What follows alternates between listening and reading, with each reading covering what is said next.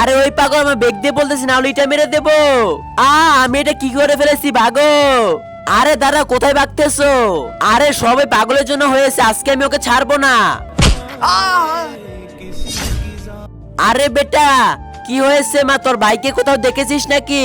আরে মা ওই পাগল মানে বাইরে খেলতেছে, দেখো তুমি। ঠিক আছে আমি দেখে আসতেছি। আরে বেটা রক্ত কোথা থেকে বের হইতেছে? আল্লাহর এই সুন্দর ছবিটি দেখে যে ভিডিও থেকে লাইক আর চ্যানেলটিকে সাবস্ক্রাইব করে দিবে, হে আল্লাহ তুমি তাকে হজ করার তৌফিক দান করো। আরে মা আমি আলু পেঁয়াজ কাটতে গিয়ে কেটে ফেলেছি।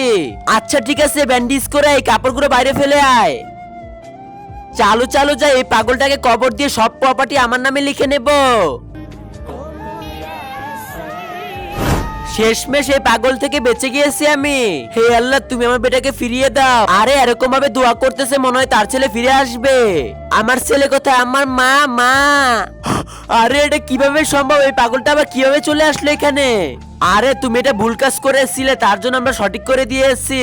হে আল্লাহ আমাকে মাফ করে দাও।